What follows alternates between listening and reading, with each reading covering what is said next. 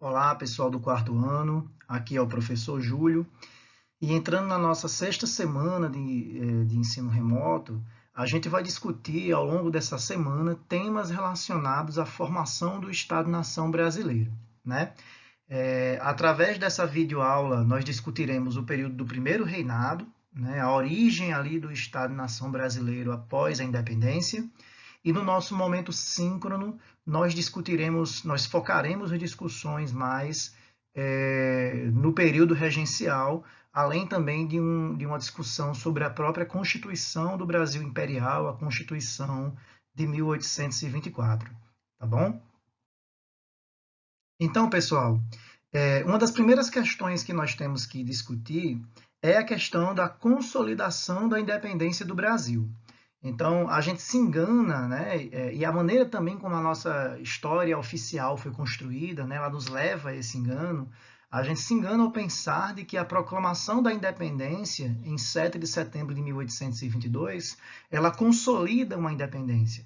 Então, tanto da perspectiva interna quanto da perspectiva externa, do reconhecimento externo, né, houve uma série de dificuldades para a consolidação dessa emancipação política no Brasil, tá bom? Então, primeiramente, nós vamos focar na questão da resistência interna, né? O que é que a gente vai ter?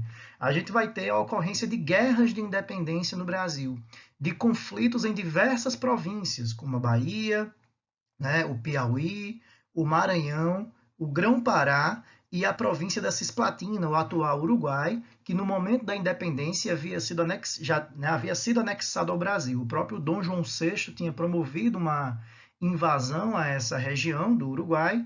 Então, no momento da independência, esse território fazia parte, vamos dizer assim, do que se entendia como América Portuguesa e, portanto, como Brasil, né?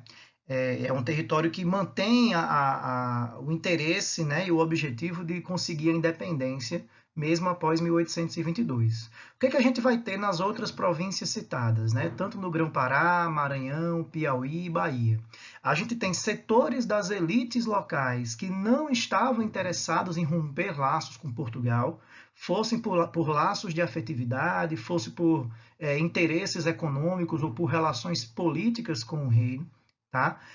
Também havia uma resistência a aderir a uma organização política que seria centralizada no governo do Rio de Janeiro, tá bom? E também a gente tem a presença em algumas dessas províncias de tropas portuguesas.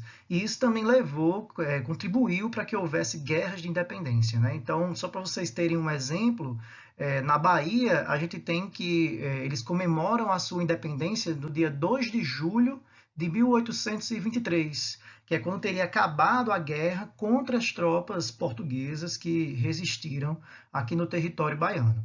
Tá? Só para a gente ficar em um desses exemplos, né?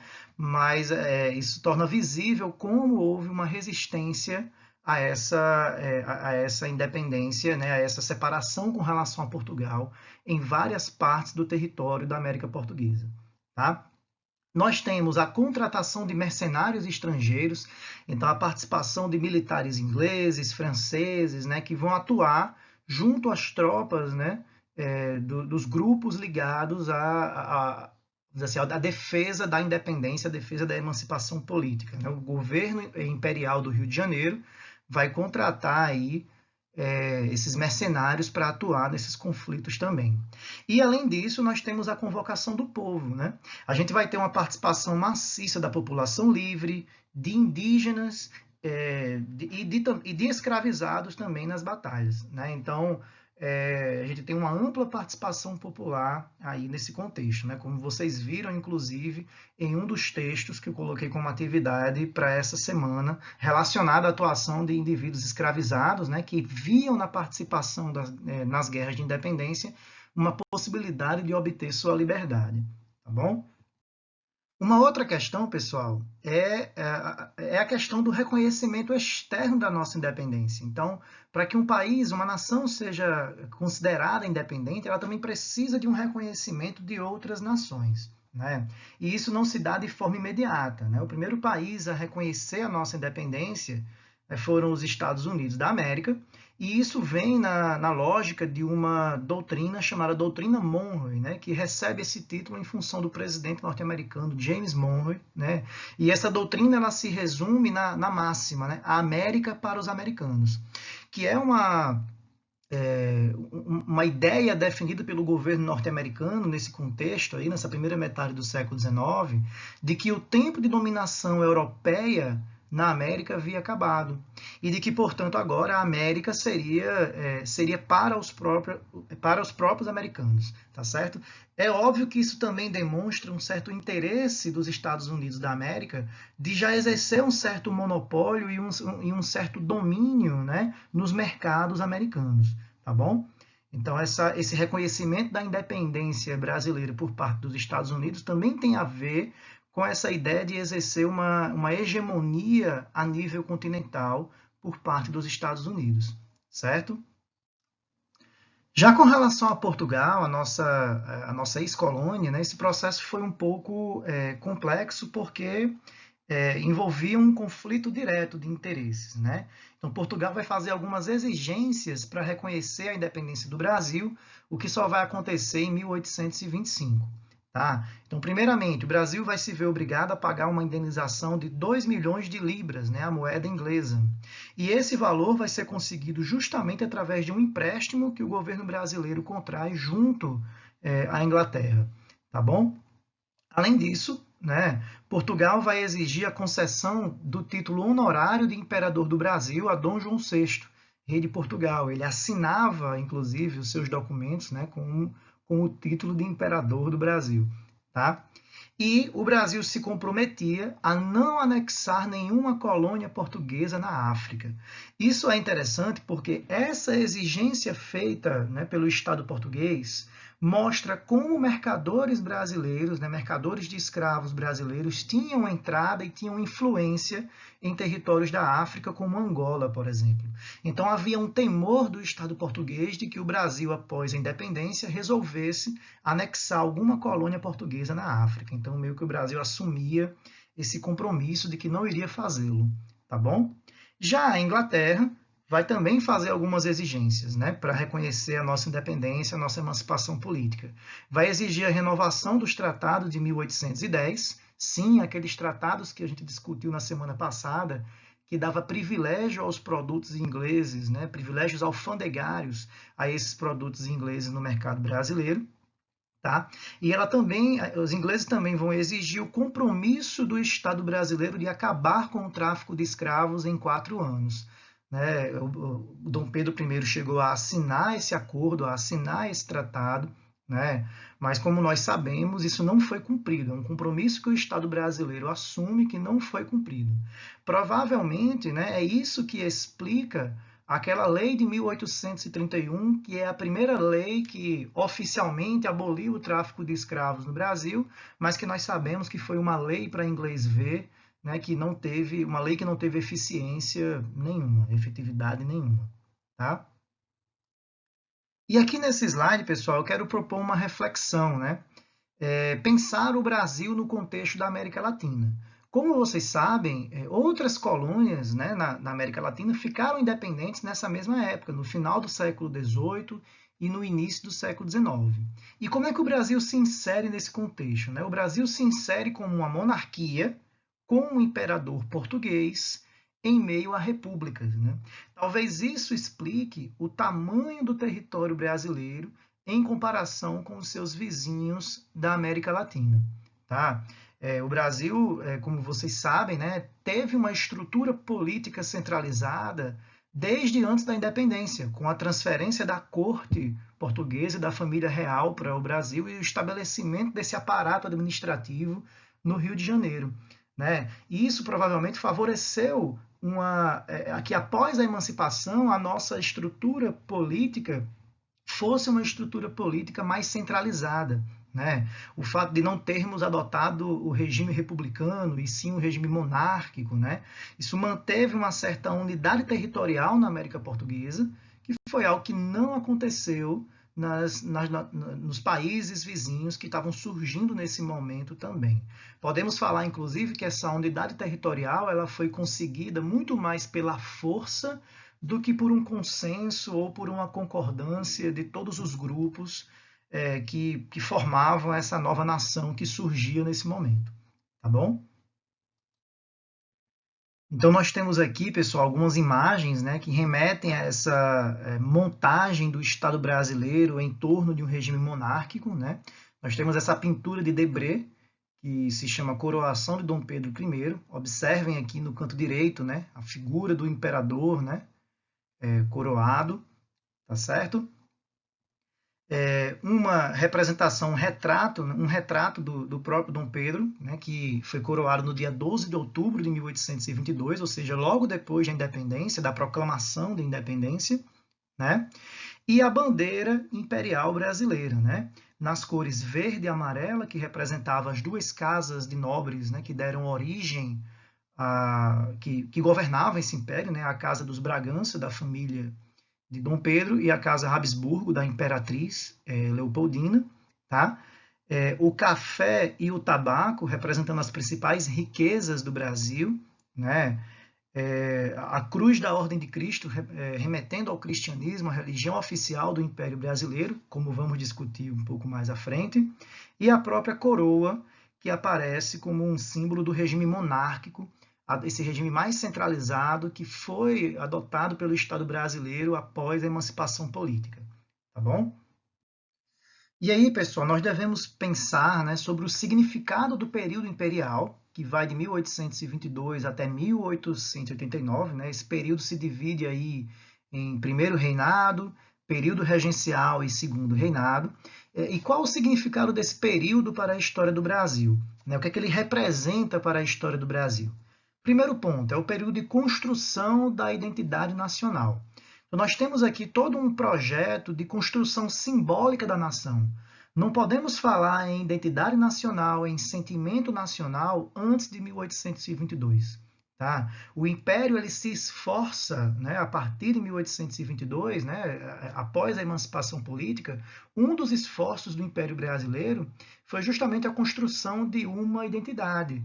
Essa identidade se construiu a partir de diferentes elementos, a partir de um discurso oficial produzido pelo Estado, a partir da historiografia. Né? No Império vai ser criado o Instituto Histórico e Geográfico Brasileiro, né? O IHGB, tá certo?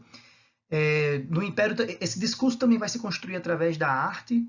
Né? Vocês devem se lembrar que uma das características, né, da arte romântica no Brasil era justamente a celebração desses símbolos nacionais, a construção de uma identidade nacional através da arte. Tá? Enfim, então é nesse período imperial que nós temos uma construção de uma identidade nacional, né? E essa definição do que seria esse caráter nacional, o que definiria a nação, o que definiria essa nova pátria. Tá certo? Nós temos também, nesse momento, a formação do Estado Nacional, é nesse momento que nós temos a estruturação do Estado, né? E a definição de determinadas características, né, para esse Estado.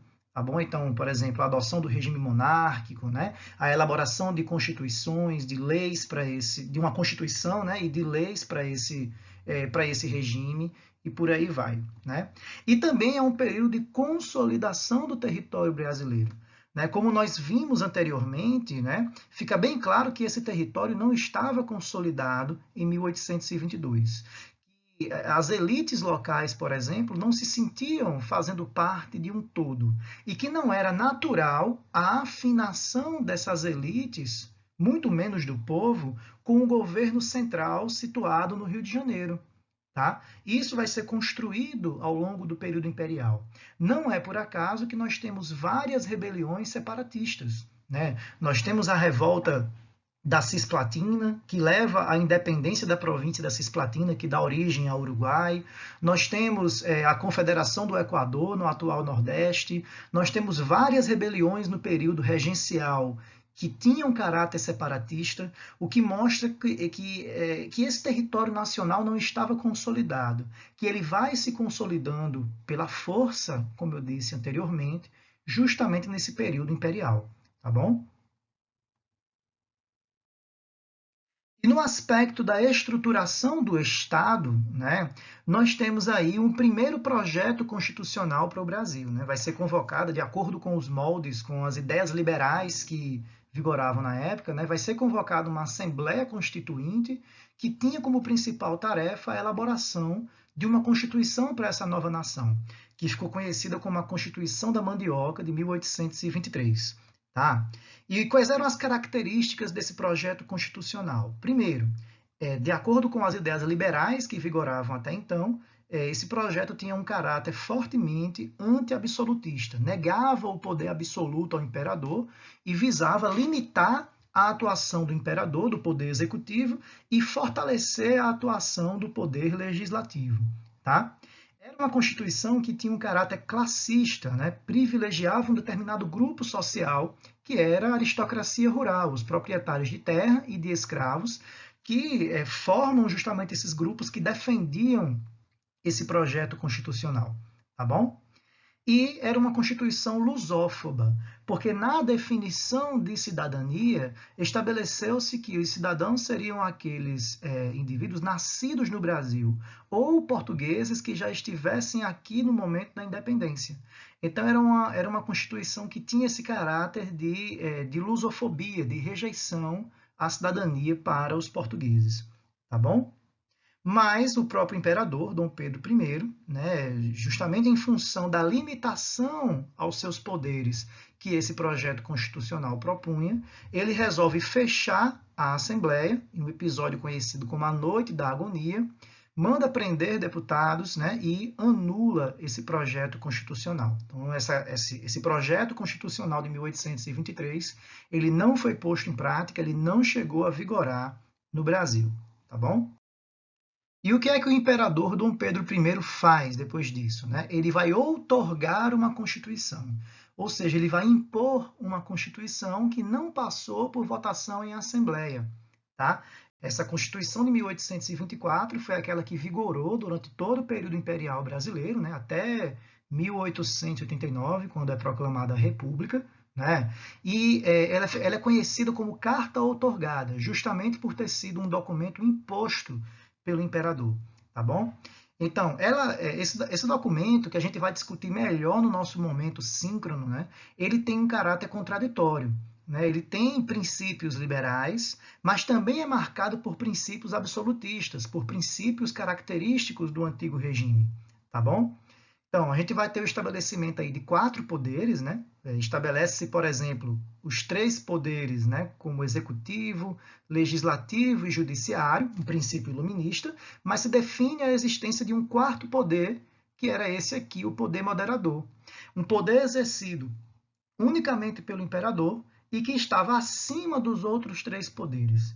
Ele poderia, por exemplo, nomear senadores vitalícios, ele controlava o exército, o imperador tinha a prerrogativa de nomear os presidentes das províncias, o que seriam governadores, né?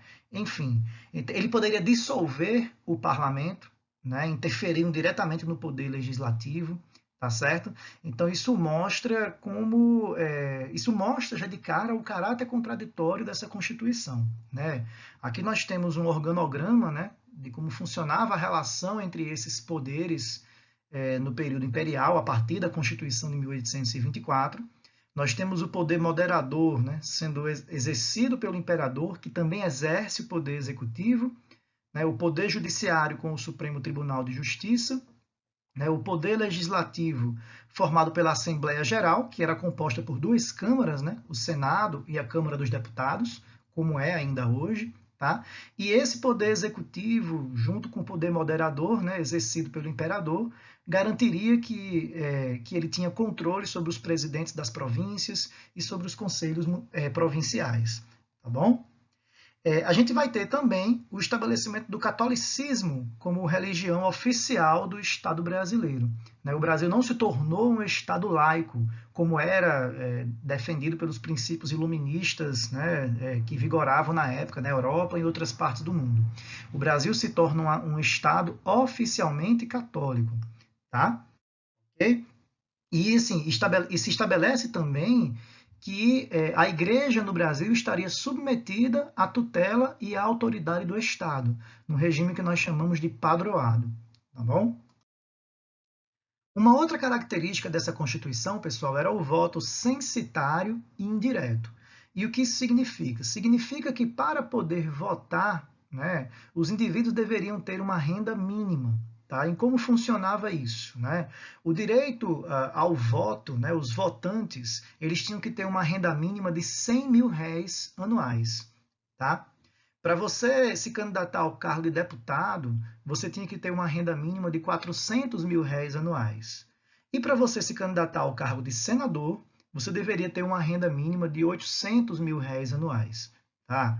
Então, como é que funcionava isso? Né?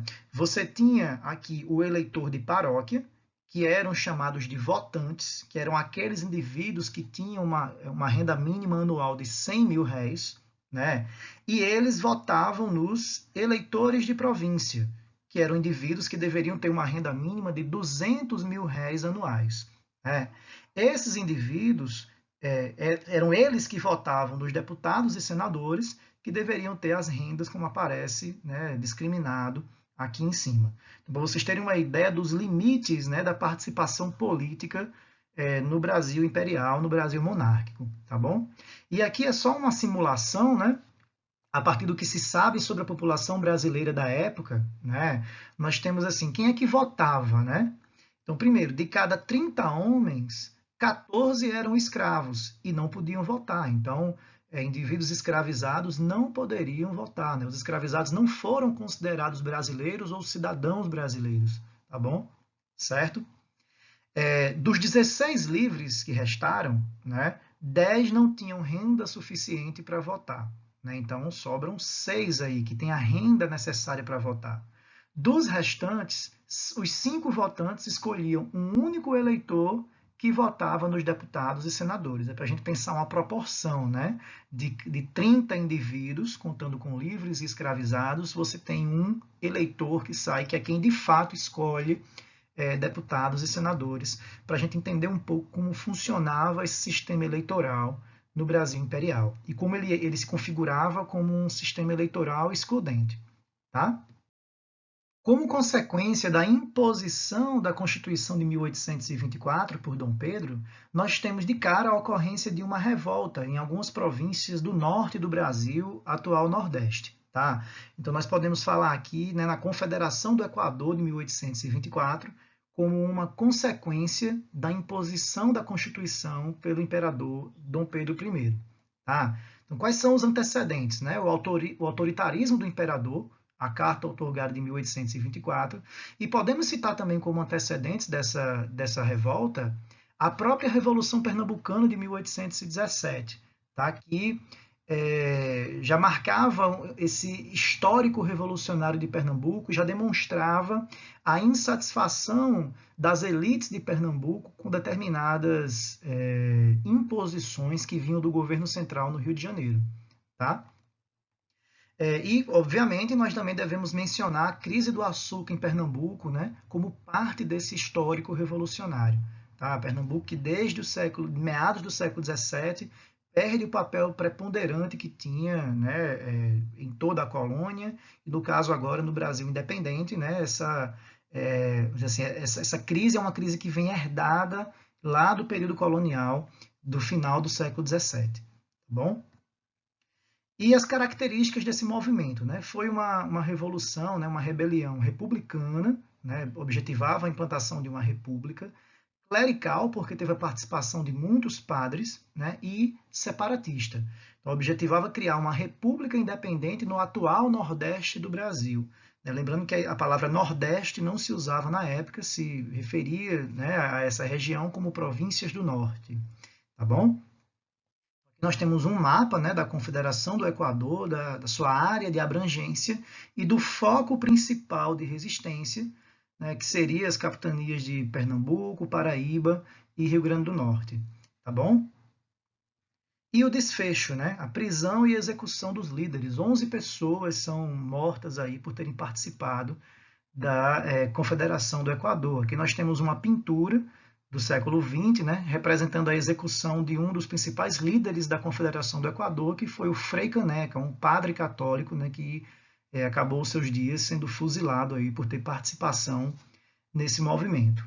E aqui nós temos a bandeira da Confederação do Equador, né, em que a gente percebe a presença da cana-de-açúcar e do algodão como riquezas regionais, né, uma cruz representando os princípios cristãos, né, e o lema, né, independência, união, liberdade e religião, tá bom?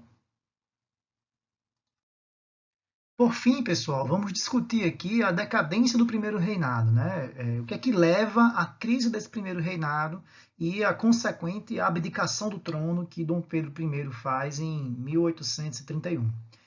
Analisando os fatores externos, nós temos a Revolução Liberal na França, em 1830. Então, como vocês devem lembrar, né, nesse contexto da Era das Revoluções, a primeira metade do século XIX é marcada por revoluções liberais na Europa. Né? Então, especificamente em 1830, a gente tem uma grande onda revolucionária que varreu a França contra os resquícios do absolutismo que ainda persistiam ali. Isso respinga também aqui, essas ideias chegam aqui na América também e representam um abalo na legitimidade do poder exercido por Dom Pedro I, além da questão sucessória do trono português. Né? Alguns anos antes, Dom João VI havia morrido. Isso levou a uma disputa pelo trono português entre Dom Pedro e seus irmãos, já que Dom Pedro oficialmente seria o herdeiro do trono. Né? Então é uma outra questão que faz ele decidir ir para Portugal, dar conta dessa questão sucessória lá no seu antigo reino, né? No seu lugar de nascimento em Portugal. Tá bom? E como fatores internos, né, nós temos uma intensa crise econômica nesse período, né, chegando inclusive à falência do Banco do Brasil. Tá? A derrota que o Brasil sofre na Guerra Cisplatina, depois de muitos gastos, inclusive com essa guerra, o que contribuiu para essa crise econômica. Né? O Brasil perde a Guerra da Cisplatina e o Uruguai consegue a sua independência em relação ao Brasil em 1828, em um tratado assinado com mediação da Inglaterra. Além disso, né, nós temos o assassinato de um jornalista de oposição chamado Líbero Badaró, isso em novembro de 1830. Né? Líbero Badaró era um crítico de Dom Pedro I e o seu assassinato foi logo associado à figura do imperador, vamos dizer assim, ameaçando e afetando a legitimidade do governante, tá bom? E uma grande confusão que houve no Rio de Janeiro em março de 1831, chamada de Noite das Garrafadas, né? Foi um conflito aberto entre portugueses e brasileiros, né? Sendo os brasileiros opositores do imperador e os portugueses apoiadores do imperador, né? E isso meio que marca esse período final aí do primeiro reinado. Tá? E acontece que, em função de todo esse contexto de crise, de tensões, Dom Pedro I renuncia ao trono em favor de seu filho, né, Pedro de Alcântara, ainda menor de idade, né, em 1831. Né? Pedro de Alcântara tinha 5 anos de idade quando Dom Pedro I renuncia ao trono. Então ele não poderia reinar. Né? A Constituição estabelecia a idade mínima de 18 anos para que ele assumisse, para que ele fosse coroado como imperador do Brasil. Então, quando Dom Pedro I renuncia, né, a gente tem aí o início do período regencial, em que o Brasil era um império sem imperador coroado, né, em que regentes vão assumir o governo brasileiro, enquanto Dom Pedro, né, depois conhecido como Dom Pedro II, né, não poderia assumir o trono, né, nesse intervalo de tempo. Esse período regencial ele vai ser marcado por muitas revoltas e vai ser um período de muita instabilidade. Tá? E nós vamos discutir ele um pouquinho melhor no nosso momento síncrono, ok? Então, pessoal, a aula de hoje, a videoaula, né, dessa semana termina aqui. Tá? Muito obrigado e nos vemos no nosso momento síncrono.